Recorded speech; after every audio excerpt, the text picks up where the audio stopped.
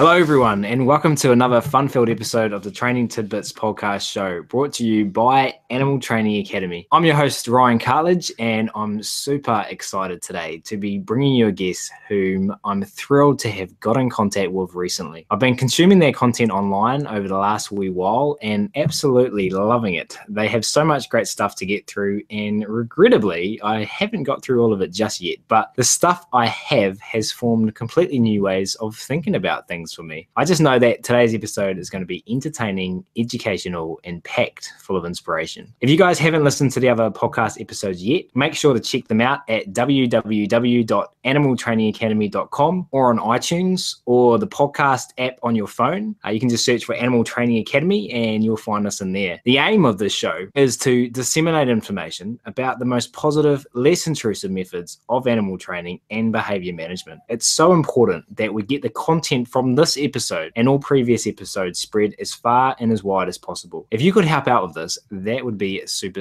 appreciated. Tell your friends, peers, family, colleagues, anyone that will listen, and please share this on social media via Facebook, LinkedIn, Twitter, Instagram, or wherever you hang out online, and do all of the things to help out. That would be, as mentioned, mega appreciated. But let's move on to today's guest, Karolina Westlund. Karolina grew up pining for a kitten for several years and pestering her parents until they gave up. The green-eyed, black, half Siamese cat that she got for her 7th birthday became a true friend who lived to be 21 years old, but an easily startled cat who often went into hiding when there were visitors, and a great teacher for the young Karolina. Karolina had great ideas about becoming a field biologist, but that never came about. The closest she got was working as a nature travel guide in France and Madeira. She studied primate conflict resolution behavior for her PhD, and with this background in primatology combined with behavior analysis, started working with primate behavior management. She is now an associate professor of ethology at the University of Stockholm, with a passion for teaching how behavior management can be used to improve animal welfare. She started presenting her ideas online in late 2015, launching her blog. Nowadays, she offers live workshops, online courses, and free webinars, as well as the occasional blog post. She lives in Stockholm, Sweden, with her husband, 2 kids, and an ongoing argument as to whether living with a cat is a good idea. Yeah. Without further ado, it's my great pleasure to welcome Karolina Westlund to the show today. Karolina, how are you? I'm fine, thanks, Ryan. How's everything? Thanks for having me. Oh, it's my absolute pleasure. Thank you so much for taking the time out of your day to come and be a guest on the podcast. And I'm sure everyone listening really appreciates that. Yeah, really exciting. How's everything in Sweden today, connecting with you from New Zealand? Is it the world between us, as they say? Yeah, it is. And 12 hours too. It's amazing. Things are great here. I actually went ice skating on the lake yesterday. It was beautiful. The blue skies and perfect ice all over the lake. It was one of those magnificent moments. Sounds wonderful. Hey, let's dive straight in, Karolina, with our first question. And this is all about the approach you take when teaching about animal behavior and welfare and mixing all the different perspectives or pieces of the behavioral jigsaw puzzle. Applied ethology, animal training, behavior analysis, and effective neuroscience. Can you run us through these different lenses we can use to view our animals' behavior and how you combine all of them in the work you do? Oh, wow. Yeah. Do we have all day? Very briefly then. So applied ethology is sort of looking through the lens of the animal's evolutionary history, if you will, trying to understand how come they behave like they do as a species. So it's very useful when designing zoo enclosures, for instance. What type of enrichment should that type of species have? How should you set up the social group?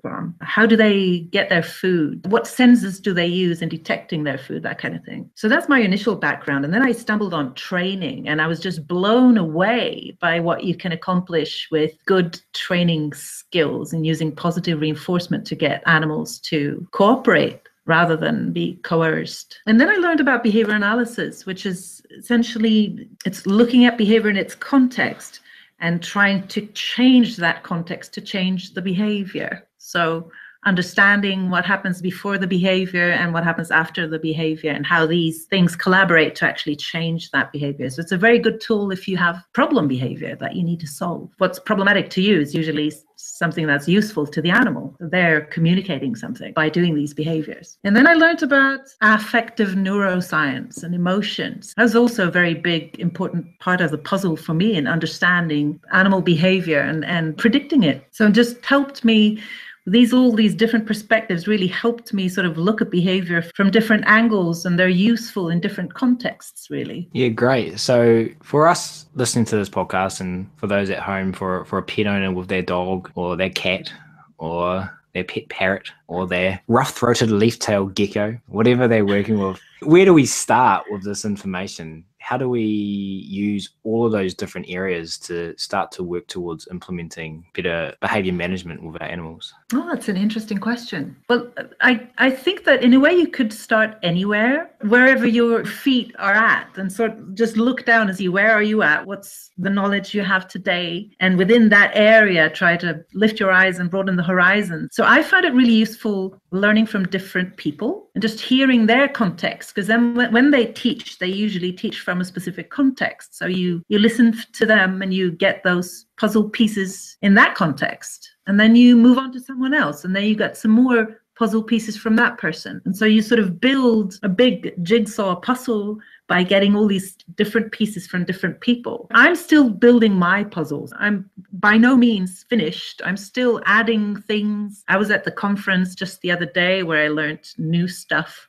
So it's a continuous journey where we learn more. And I guess that's one of the reasons why I'm doing this, is I'm passionate about learning more. And the idea is that there isn't one piece of the jigsaw puzzle of the areas we've talked about, and potentially more areas, that's more important than any of the other pieces. They all, to make up that complete jigsaw puzzle, require each other. I wouldn't say that they require each other. You can get very far with just one of these lenses, but I think that you get a synergy effect by having several of them. I find that's what I've been doing over the years.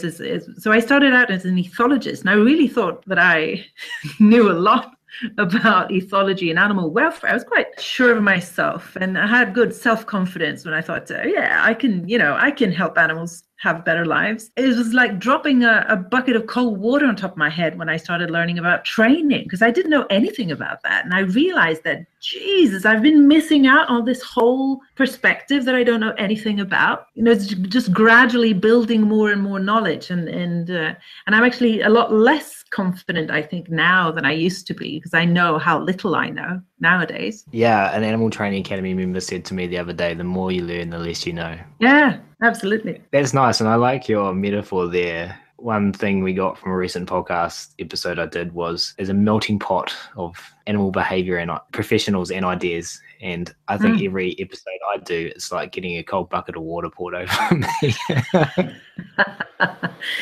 The other good thing, you wake up, don't you?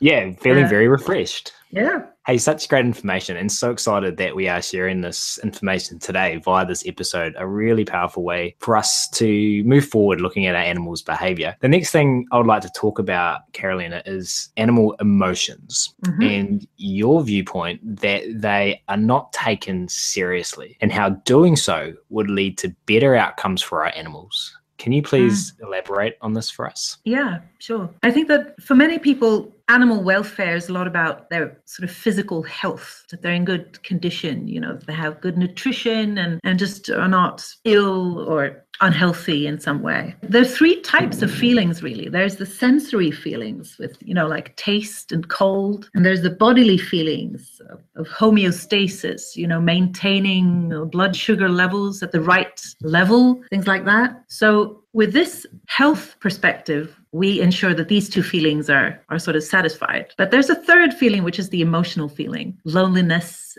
fear, joy, anger. And we don't take that very seriously. If you take your dog to the vet will pay a lot of attention to the physical health of your animal, but the dog might be really fearful and the vet just shrugs and say, oh, there's not much we can do about that, or that's just how it is. He'll get over it. And whereas I really feel that it doesn't have to be that way, and it could potentially get a lot worse. So we should be paying attention. We should prevent fear of going to the vets, for instance. And so just looking at some of the advantages of considering emotions, I think, is it can help us better predict behavior. Because if we're only looking like a behavior analyst, we're looking at the context of the behavior. But if we're looking at emotions, we can predict behavior from a mile away. We can say that, well, taking your animal to the vet is likely going to expose it to a lot of fear triggers. And by having that pre-knowledge rather than waiting for it to happen, we can predict behavior, we can prevent problem behavior, we can prioritize also. If you're taking care of animals in a zoo environment and what you want the animals to show natural behavior, the emotional perspective can help you prioritize what natural behavior, which are important and which are not so important. It can also help us get better precision in our training. If you're a nerd trainer and you want to understand ratios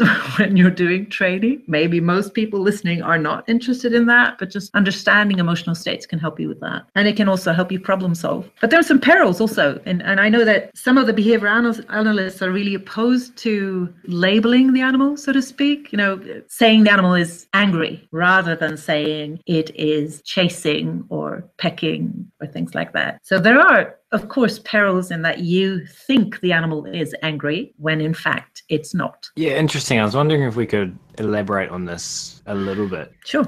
How do we combine the usage of emotions and viewing the animal's behavior via their emotions with what we learn from behavior analysis? We can, it's actually easier than you might think, because most of those emotions, they were discovered through some experiments where they subjected animals to little electrical currents that they would run into the brains with an electrode. And what they very soon discovered was that these emotions are not neutral. The animals either are willing to work to get access to them, or they will work to get them to be switched off. So essentially, the emotions are either reinforcing or punishing. You're really interesting stuff, and potentially that research you just mentioned. Could you tell us a little bit more about that and the outcomes of that for what we know now? Sure. So this guy, Jaak Panksepp, he's sort of the pioneer in this area, and he coined the term affective neuroscience. And he was laughed at and ridiculed and really had a really hard time sort of getting his ideas across. But the pendulum has swung since then. Anyway, so what he did was essentially he poked electrodes into the brains of different animals, different species, and humans. And he could see that when he was in the same spot in the different brains, so in the homologous places in these different brains, he could generate the same type of emotions or emotional behavior in the case of the animals. So he found one system that's called the seeking system, where animals start showing exploratory behavior. They'll start sniffing and examining and sort of really paying attention to the environment, investigating, showing curious behavior. And people say, when you do the same to people, they'll say they're feeling really expectant, as if it's Christmas Eve and they have this huge present in front of them and they're really, really curious, can't wait to see what's inside. So that's the seeking system. And then he found a fear system. So whenever he was in that spot in the brains, animals just acted very afraid. And one of the first things that they do is that they start moving slowly, and then they freeze, so they become immobile. And then towards the end, they'll sort of flee. And when you talk to people in that situation, they'll say things like, well, they'll have facial expressions, and they'll also act and sweat and tell Panksepp or whoever's doing the research that they're feeling really terrified. Then he found 5 more emotional systems that he could describe not only the behaviors and what they were feeling, but he could also pinpoint the neurotransmitters involved in each of these emotional states as well. If you're skeptical and you think, well, I don't think that animals have emotions, or I don't see why we should bother about that, you can sort of think to yourself the what if I'm wrong scenario. Rather than what if I'm right, think what if I'm wrong? What would be the consequences of being wrong? If you think that animals don't have emotions and you're wrong, so they do, how much guilt would you feel once you realize that, oops, they do have emotions? As opposed to thinking animals have emotions and acting in reference to that idea or that belief, and then understanding that no, in fact, they don't have emotions. Yeah, really interesting. And you actually wrote a blog post about this, Karolina, which is on your website. So Yep. I'll put a link to this post about the ethical consequences of viewing animal behavior from an emotional perspective. I really like that, and I'm sure everyone listening to this podcast will enjoy it as well. So if you want to learn more about that topic, check out the podcast right up and we'll link to it from there. But such great information. And the next thing I would like to do is build upon something you mentioned at the start there, and that is the fear component, because we thought we'd discuss a little bit about something you've already mentioned, and that is taking our animals to the vet for checkups and appointments. Can you share your insights, thoughts and feelings, or build upon, I should say, about fear-free approach in veterinary clinics? Oh, yeah. Oh, don't get me started. This is sort of why I started blogging, or at least the first thing I started writing about was actually fear in the veterinary clinic, because I'd been teaching to veterinarians about some of the techniques used to diminish fear, such as systematic desensitization when you introduce the potentially fearful stimulus gradually, and also counter conditioning when you pair it with something that the animal likes. So you'll show it the needle or the syringe, and then it'll get a treat. And so the syringe, by this repetition of this, the animal will learn that the syringe predicts treats rather than something scary or painful. Anyway, so I was teaching this to veterinarians and vet technicians, and they came up to me afterwards and said, wow, this is really interesting and maybe useful sometimes, but if we get animals to the clinic and we don't know what they've been up to before, we might have to sedate them. And if we have to sedate them, we can't feed them. And I was like, that was so frustrating to me, because I thought that,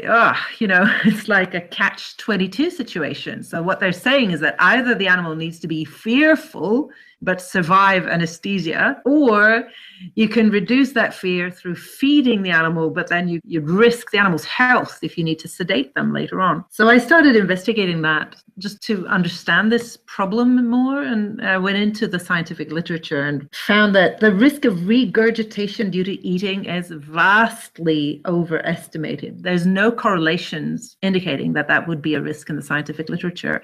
And it seems to me that the problem is the choice of sedative rather than whether the animal has eaten. And if you're doing counter conditioning, you can use really small portions, and it can be like soft or fluid that passes through the gut more quickly than if you're feeding solids. I actually wrote a scientific paper about this, but I'm glad to see that in certain countries they have a very high level of understanding about this problem with fear in the veterinary clinic. So like in the United States, they're starting to introduce this concept of fear-free clinics, where the vet clinic actually gets certified so that everybody who works there, all the team knows to a certain extent how to work together to prevent and reduce fear in the animals that visit their clinic. This type of reasoning hasn't spread to my country, Sweden, to the same extent. I'll meet individual veterinarians or vet techs who are interested in this, but it's not in the vet schools or in the veterinary organizations yet. So I think it's probably a matter of time, because I think that once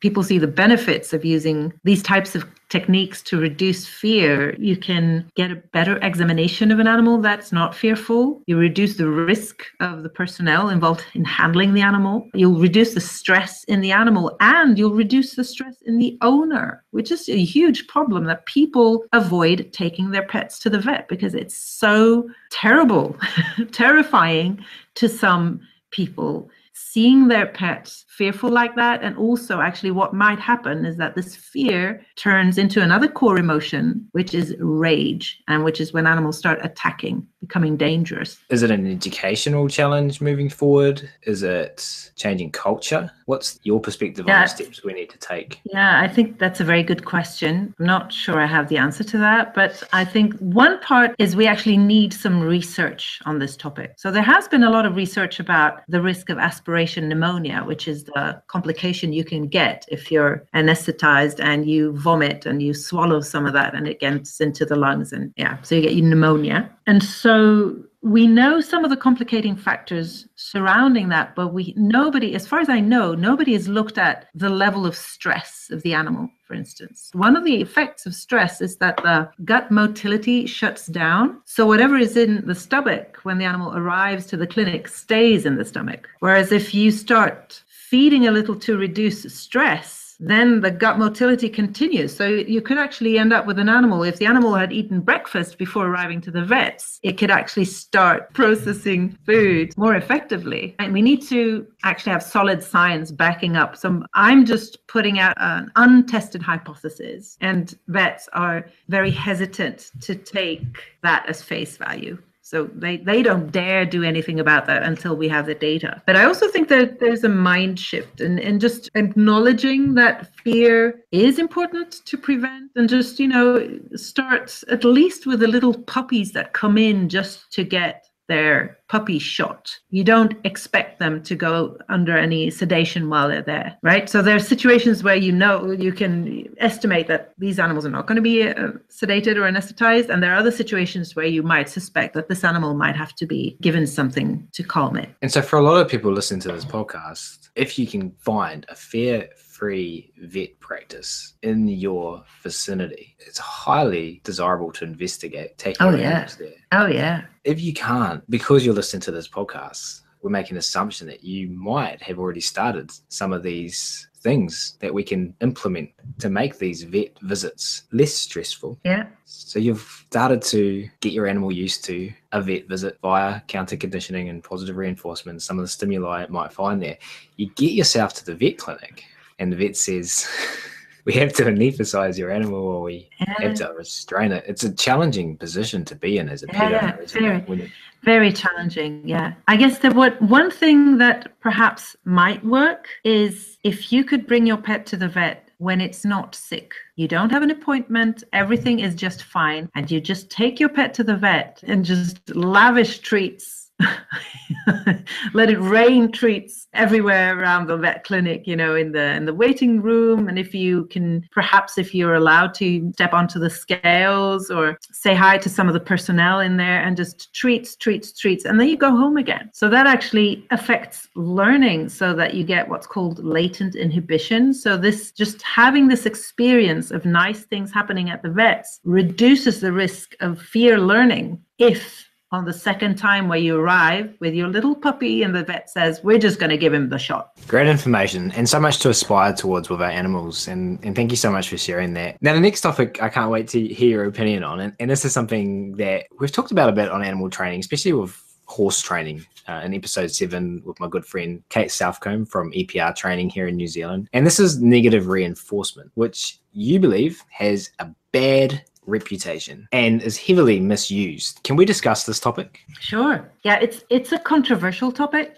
because it involves aversives. So it involves something that the animal will work to avoid or get away from, escape. And it has the potential of being really nasty. If you work with positive reinforcement, you can't go terribly wrong. And I think you can with negative reinforcement. And so what happens is that people avoid talking about it altogether, which means that they don't understand it very well. And I'm generalizing now because I'm sure that many people understand it really well, but I've just come across people not understanding it so well. So negative reinforcement means that the animal performs a behavior in order to remove some aversive stimulus. So there's something in the environment the animal doesn't like. By performing the behavior, that whatever it is disappears. That's the negative of this term, negative reinforcement. And then the reinforcement bit is that the behavior is actually strengthened by this process. And so one of the problems, I think, is that animals learn through negative reinforcement all the time anyway,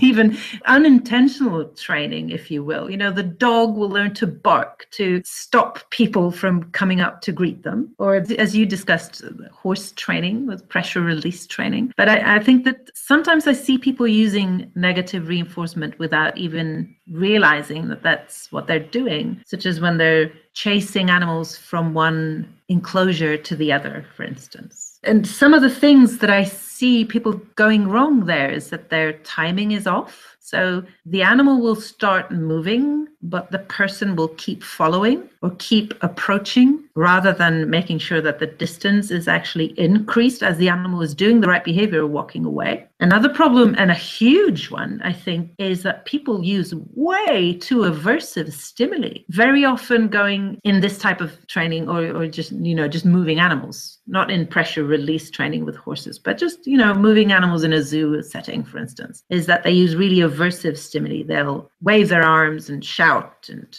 stare at the animals. And so they're evoking a fear response. And also they don't give any warning signals. So it's the animal performs an escape response rather than just avoiding the stimulus. And it's not that I'm promoting negative reinforcement to move animals in a zoo. I'm just saying that this is what I observe sometimes, that people use these types of techniques and very inexpertly. I can think of basically one type of situation where I wouldn't hesitate to use negative reinforcement, and that is with frightened animals. So like I've worked a little on feral cats, feral kittens, and also monkeys that are sort of afraid or that move away from people. And in this case, I think negative reinforcement is a really, really nice tool that you can use to very quickly get the animals more confident and in control of the situation and actually walking towards you, because they can move towards you or do behaviors that you want to see more of. And when they do, you move away. So you give them distance when they do behaviors that you want to see more of. So in this case, you can quite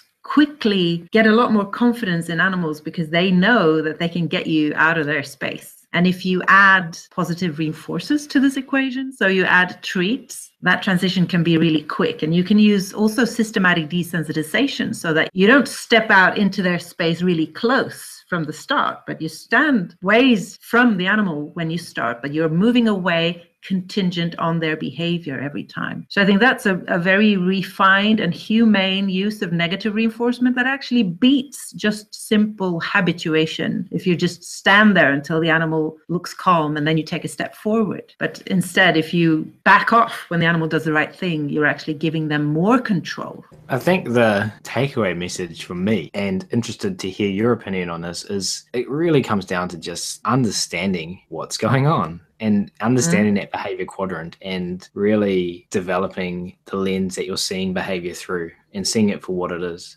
Is that where you think we start for someone who is not quite experienced? There's a huge community out there who would be willing to help. One thing you could do could be to film the situation and just look at it yourself, because you learn so much from watching yourself on film with animals and just see what they do, what you do, and how they respond to what you do. So that's a great start. And I wouldn't hesitate to ask for help, have people watch that film or watch the training session with you and discuss with you. How should I go about, if you have like a dog that's afraid of children, how should you go about using distance as a reinforcer for that animal to make it more confident around children? And fully going to utilize this opportunity to plug the Animal Training Academy forums.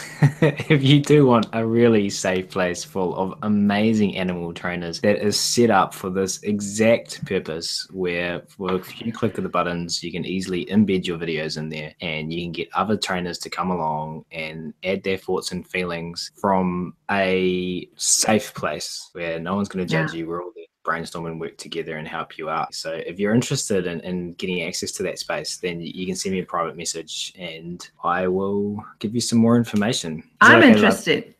and we're gonna invite Karolina in there as well. I'm gonna set her up with some access. So here's an opportunity for you to interact with myself and with amazing minds like Karolina's as well. So if you're interested in that, go to www.animaltrainingacademy.com, click on the contact page on the website, send me a message, and we'll get you organised to get in the forums. But we'll move on, because this podcast is not about the Animal Training Academy forums. It is about Karolina. So great to have a conversation about that subject and negative reinforcement, the behaviour quadrant, an area for us all to spend time learning about, and one we never stop learning about. Now, though, I must regrettably inform you, we are sadly heading towards the end of this podcast. However, I'm excited because it is story time. Karolina, could you please think back through your career and share 2 or 3 stories that really stick out in your mind from your experience and highlight some significant lessons you've learned along the way? This was a hard one for me, but I think that if you're asking for one really significant lesson, I think I already mentioned it, and it's actually learning humility, learning that there's actually more to learn, and sort of being on this continuous journey of discovering new things and getting this mind shift several times during my career has been very sobering experience, and sometimes even painful. It's more like a discovery, really, like opening up a new module, like going to the movies and just seeing something completely new that you've never seen before. To me, it's been, I read Temple Grandin's books, Animals in Translation, and she was the one that put me on the path of finding Parksep and these core emotions and their influence on behavior. And it's just realizing that what I carry with me, what's formed me, and the knowledge I have, some of it's wrong. And just realizing that, I've been wrong all my life about this. And also when I first started learning about training, I was very influenced by some people, and they all said with one voice that negative reinforcement is wrong. You should never, ever use that, more or less. I'm paraphrasing now. But then sort of discovering this, that, well, actually, with these frightened animals, negative reinforcement is a great approach. And just having to rethink and realizing, I was wrong about that, and realize I'm probably wrong about other things too that I don't know about. And 5 years from now, I might look back at this podcast and go, I wish I'd known. Not liking the sound of what I'm saying right now, perhaps. I don't know. So it's just learning to be humble about and change, and just accept that the ground is constantly shifting and you need to shift with it. Yeah, and that you're human and you don't have the answers for everything. Yeah, sure. And I thought I had the answers. That was the problem. I was very cocky and confident. I thought I did have the answers. That is a lot of pressure to put on yourself. Yeah. So great. And thank you for sharing that, Karolina. We do have one last question now. And I was hoping for this one, you could please take us into the future and share what you would like to see happen in the next 5 to 10 years in the animal care world. Just something I've been thinking a lot about lately is that currently there's a lot of animosity between different training camps. So people from different training schools, different orientations, are spending a lot of time getting frustrated and annoyed with each other. So I would wish that we could learn to communicate better, not be so hostile in our discussion, because I think that hostility prolongs the problem and makes it worse, actually. So I think that by establishing this communication, we can start exchanging ideas rather than be defensive about what we do.